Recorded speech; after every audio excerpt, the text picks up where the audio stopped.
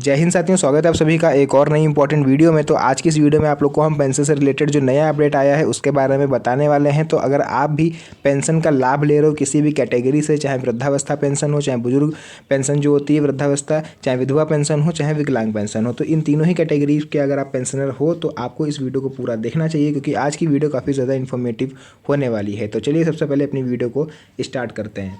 तो यहाँ पर आप लोग को लेकर के आ चुके हैं अपने मोबाइल फ़ोन की स्क्रीन पर, और यहाँ आप लोग पढ़ पा रहे हो, लिखा हुआ है भारत सरकार ने 2025 में वृद्धावस्था पेंशन योजना में कई महत्वपूर्ण बदलाव किए हैं। ठीक है, यहाँ पर लिखा केवल वृद्धावस्था पेंशन योजना है। यहाँ पर तीनों ही कैटेगरी के लिए बात हो रही है, क्योंकि जो रूल वृद्धावस्था पेंशन पर अप्लाई होगा वही अन्य दो कैटेगरी जो होती हैं विकलांग और विधवा, उस पर भी अप्लाई होगा। तो यह कदम समाज के कमजोर वर्गों, विशेष रूप से बुजुर्ग नागरिकों के लिए राहत और सहायता प्रदान करने के उद्देश्य से उठाया गया है।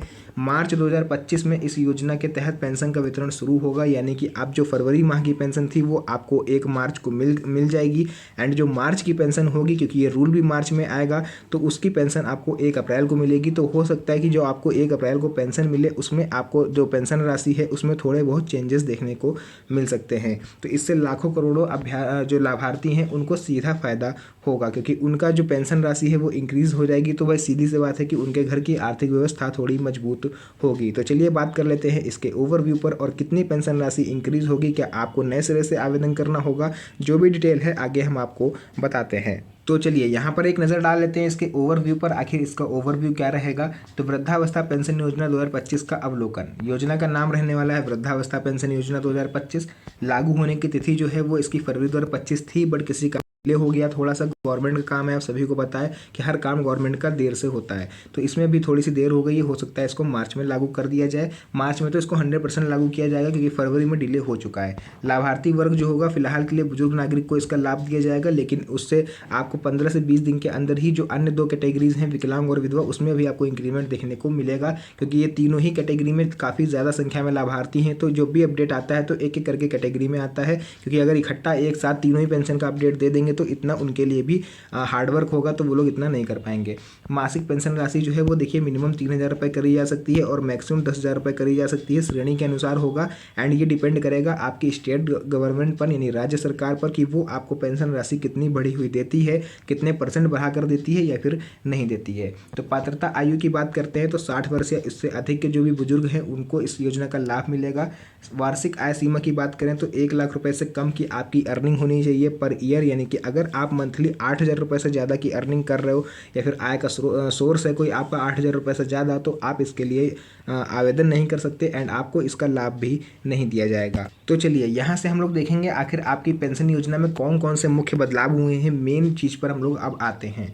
तो पेंशन राशि में जो वृद्धि हुई है उसको अगर हम लोग बात करें तो देखिए अब मासिक पेंशन राशि जो है वो 3,000 रुपये से शुरू होकर 10,000 रुपये तक मैक्सिमम जा सकती है आप लोग की। मैंने पहले बोला है कि स्टेट के हिसाब से अलग अलग होगी।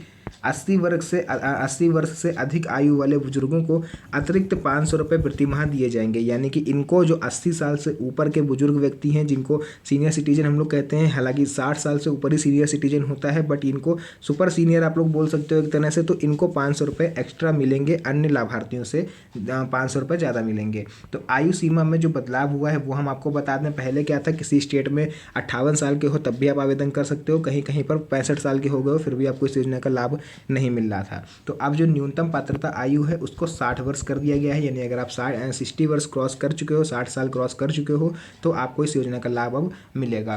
पहले यह सीमा केवल कुछ राज्यों में अलग अलग थी, देखिए लिखा हुआ है, लेकिन अब इसे एक समान रूप से लागू कर दिया गया है। पूरे देश में जो आयु सीमा है पेंशनर्स की, उसको वृद्ध पेंशन की, उसको 60 वर्ष तक कर दिया गया है। तो चलिए नेक्स्ट अदर 2 और पॉइंट पे हम लोग बात करें तो इसका डिजिटल भुगतान अनिवार्य कर दिया गया है, यानी सभी पेंशन राशि जो है वो अब डायरेक्ट बेनिफिट ट्रांसफ़र यानी कि डीबीटी के माध्यम से लाभार्थियों के बैंक खाते में जमा की जाएगी। अगर आपका डीबीटी ऑन नहीं होगा तो आपके अकाउंट में पेंशन नहीं आएगी। अब सवाल ये उठता है कि सर हमें कैसे पता चलेगा कि हमारा डीबीटी सिस्टम ऑन है या ऑफ है। तो सिंपली आपको अपना आधार कार्ड लेकर के चले जाना है अपने बैंक, और वहाँ पर जाके जो भी अधिकारी कर्मचारी आपको पहले दिखता है आप उससे बोलोगे डीबीटी ऑन करने के लिए, वो आपका आधार कार्ड लेगा। एंड अगर डीबीटी ऑन होगा तो ठीक है, अगर ऑफ होगा तो वो 10 से 15 मिनट का समय लेगा, आपका डीबीटी सिस्टम ऑन कर देगा।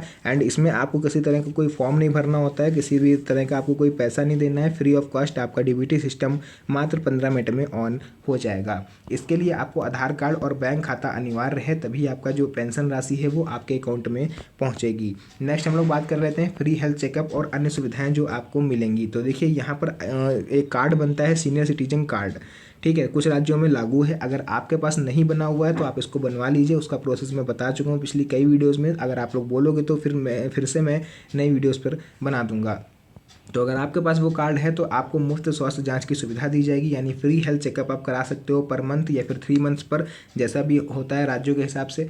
बुजुर्गों के लिए देखिए विशेष डे केयर सेंटर भी खोले जाते हैं, यानी कि घर में जो बुजुर्ग बैठे रहते हैं उनको पास कुछ काम नहीं होता, वो लोग बोर होते हैं घर में, ऊब जाते हैं बैठे बैठे, तो उनके लिए डे केयर सेंटर भी खोले जाएंगे, जहाँ पर सभी बुजुर्ग एक जगह इकट्ठा होकर अपना जो भी मनोरंजन है, बातचीत है, अपना कर सकते हैं। तो वो सब होगा आपका सीनियर सिटीजन कार्ड के थ्रू। अगर वो नहीं बना हुआ है तो आप लोग उसके लिए अप्लाई कर दो। देन अब हम लोग आते हैं पेंशन राशि में जो इंक्रीमेंट हुए थे उस पर, कि आखिर आपके इसके लिए आपको कोई फॉर्म भरना पड़ेगा। अगर फॉर्म भरना पड़ेगा तो पात्रता क्या होगी, चलिए उस पर हम लोग एक बार डिस्कस कर लेते हैं। तो देखिए पात्रता और आवेदन प्रक्रिया।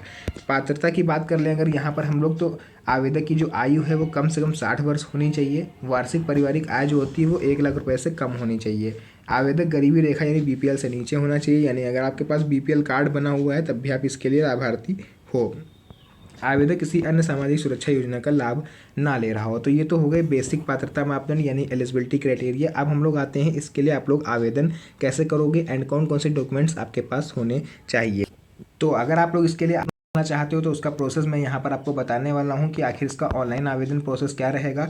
तो आपको सिंपली सरकारी पोर्टल पर चले जाना है। हर एक स्टेट का अलग अलग सरकारी पोर्टल होता है, यानी कि अगर आप बिहार से हो तो आप लिखोगे बिहार पेंशन योजना 2025, तो उसका स्टेट का पोर्टल आपके सामने आ जाएगा। यूपी से हो तो यूपी पेंशन लिखोगे तो आपके सामने इसकी वेबसाइट आ जाएगी।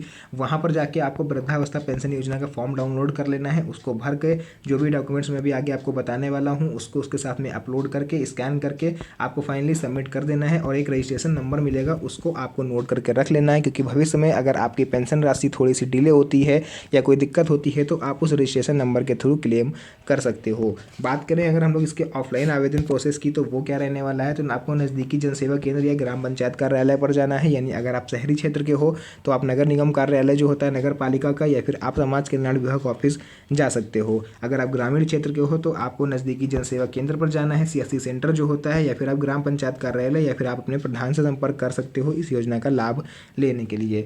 तो उसके वहाँ पे होगा कि आपको एक फॉर्म मिलेगा, आपको उसको भरकर जो भी डॉक्यूमेंट्स हैं साथ में पिनअप कर देने हैं, और जो भी संबंधित अधिकारी जहाँ से आपने इस फॉर्म को लिया था उसी को जाके आप वापस से सबमिट कर दोगे सभी डॉक्यूमेंट्स के साथ।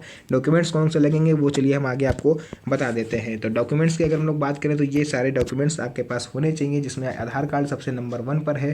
बैंक पासबुक की फोटोकॉपी लगेगी, याद रखिएगा इसका डीबीटी सिस्टम ऑन होना चाहिए जो भी बैंक अकाउंट आप इसमें ऐड ऑन करने वाले हो। आय प्रमाण पत्र आपका लगेगा, यानी कि जो इनकम सर्टिफिकेट होता है उसमें 1 लाख रुपए पर ईयर से ज़्यादा ना दर्ज हो। और जन्म प्रमाण पत्र लगेगा आपका, आयु प्रमाण पत्र, दोनों में से जो भी आपके पास हो आप लगा सकते हो। अगर इसकी जगह पर आपके पास हाई स्कूल की मार्कशीट है तो वो भी आप यूज़ कर सकते हो। यहाँ पर ध्यान है कि आपको गरीबी रेखा प्रमाण पत्र आपके पास होना चाहिए। अगर ये नहीं है तो अगर आपके पास राशन कार्ड है तब भी आपका काम हो जाएगा। तो देखिए जो भी पेंशन को लेकर के अगर कोई नया अपडेट आता है तो मैं आपको बता दूंगा, क्योंकि पेंशन से रिलेटेड जो भी जानकारी है वो आपको मेरे चैनल पर मिलेगी। तो चलिए सबसे पहले आप लोगों ने चैनल को अगर सब्सक्राइब नहीं किया तो सब्सक्राइब कर लीजिए, और वीडियो को लाइक ज़रूर कर दीजिएगा, क्योंकि ऐसी वीडियोज़ मैं आप लोग के लिए बनाता रहता हूँ। तो मिलते हैं आप सभी से नेक्स्ट वीडियो में एक और अच्छी इंटरेस्टिंग मज़ेदार वीडियो के साथ। तब तक के लिए धन्यवाद। जय हिंद।